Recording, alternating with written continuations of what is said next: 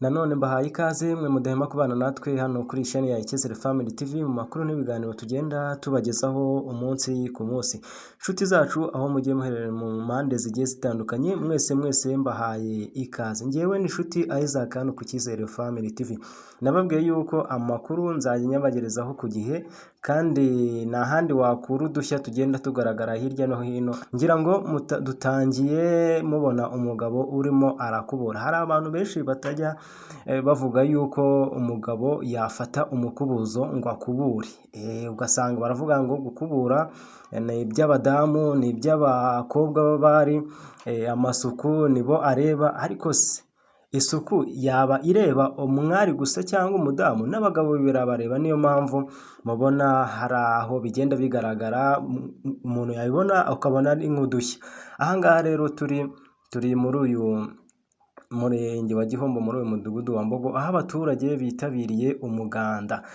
Bivuze ngo rero abaturage bakora umuganda, baharura imihanda, bakora n'ibindi bikorwa bigiye bitandukanye. Hari ababa bacuruza mu masantere, aho abacuruzi bo basabwe kujya bakora amasuku mu mihanda yegereye isantere, ndetse bagakora n'amasuku muri iki kigo baba bacururizamo. Rero ngira ngo muri kubona abaturage bitabiriye uyu muganda. Twaje kuganira na bamwe mu baturage, hari ibyo bagiye badutangariza batubwira ati twishimira kuba twitabira umuganda, twishimira ko umuganda dukora hari icyo umariye igihugu, kandi natwe ukaba hari icyo utumariye muri rusange. Twagiranye rero n'aba baturage ikiganiro. Ikintu bimfasha cya mbere ni uko tubona mu muhanda wacu hari isuku, tugacamo twisanzuye, ndetse n'umuyobozi waza kudusura akabona yuko tutari ibigwari, dufite icyo tumaze turi abaturage. Kuvuga ngo umuganda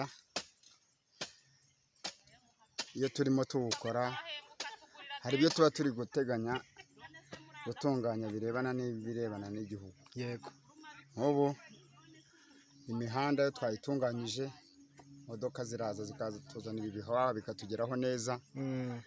Kandi ndetse na rimwe hari ahantu abantu bavuga ati kubera umuhanda mubi uhari ntabwo tuhagera, bigatuma ubuyobozi butagera ku bantu bitewe no kubura inzira banyuramo. Yego.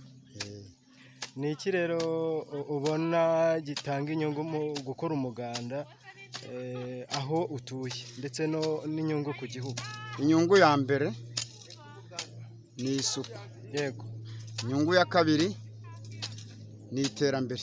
Yego. Kandi iyo iryo terambere rimaze kubaho, ahantu haragendwa, bigatuma ariho navuze haruguru ko n'abantu bari bafite ikibazo cyo kuhagera kubera umuhanda udakoze neza bahagera bisanzuye. Yego.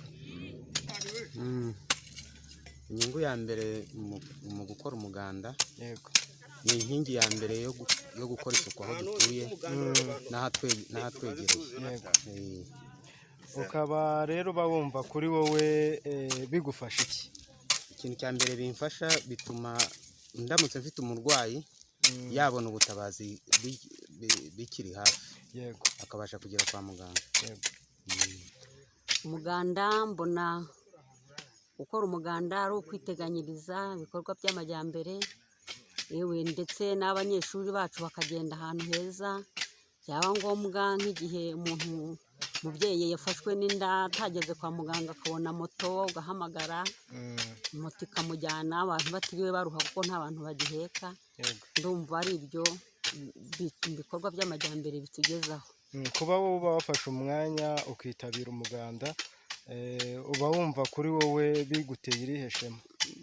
Numva mfite ishema kuko tutagomba kuba mu gihuru, ngo n'abayobozi nibaza kudusura bayoberwa iyo tuba, bayoberwa aho banyura. Mba numva ari ishema kujya gukora umuganda.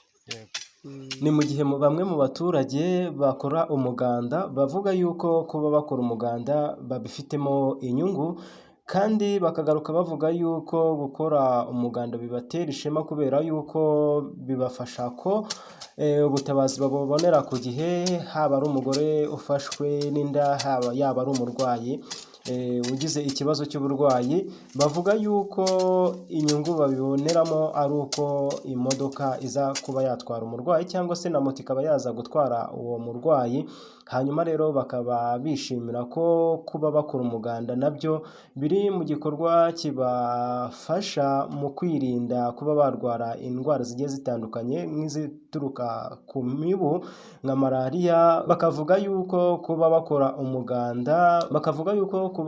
umuganda bibatera ishema ko babona yuko bagomba kuba ahantu hameze neza kandi hasukuye. Ni mu gihe abandi baturage nabo bakomeza gukora amasuku mu ngo zabo ndetse n'aho bakorera. Mu gihe rero hari bamwe na bamwe mu bagabo bakunze kuvuga yuko ni mu gihe bamwe na bamwe bizwi yuko ngo nta mugabo ushobora kuba yafata umukubuzo ngo akubure. Ibyo ngibyo ngo bireba abadamu bikareba abakobwa, ariko siko bimeze kuri uyu mugabo twasanze arimo arakubura. Rije atubwira yuko gukora isuku bitareba umudamu cyangwa ngo birebe umukobwa, ahubwo yaba ari umugabo yaba ari umusore icyo gikorwa kimureba kubera yuko ngo ari uburinganire. Wanareba rero ku rubyiruko rw'abasore cyangwa se ukareba ku cyiciro cy'abagabo, ugasanga abagabo bibana nta muntu ubakorera amasuku, nyamara nibo bagira ute bayikorera. Inshuti zacu rero, niba utarakanda subscribe reka nkubwire ngo uyikande, igihe ni iki kugira ngo amakuru yacu ujye uyabonera ku gihe. Mwakoze cyane kubana natwe, tuzasubire mu bindi biganiro bizaza. Njyewe nari inshuti Isaac hano ku Cyizere Family TV.